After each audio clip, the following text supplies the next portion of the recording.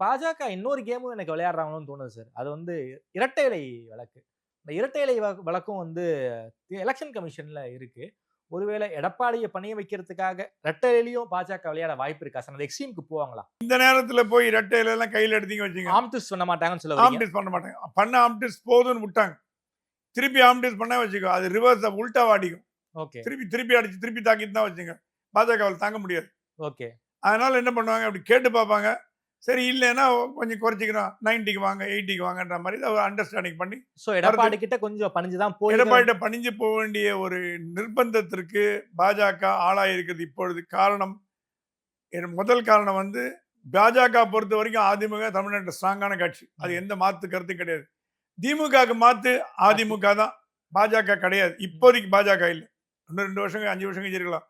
இப்போதைக்கு பாஜக கிடையாது. ஸோ திமுக எதிர்க்கக்கூடிய சக்தியா அதிமுக இருக்கும்போது அதை லூஸ் பண்ண விடுவாங்களான்னா லூஸ் பண்ண பாஜக விடாதுன்னு என்னோட ஃபீலிங்.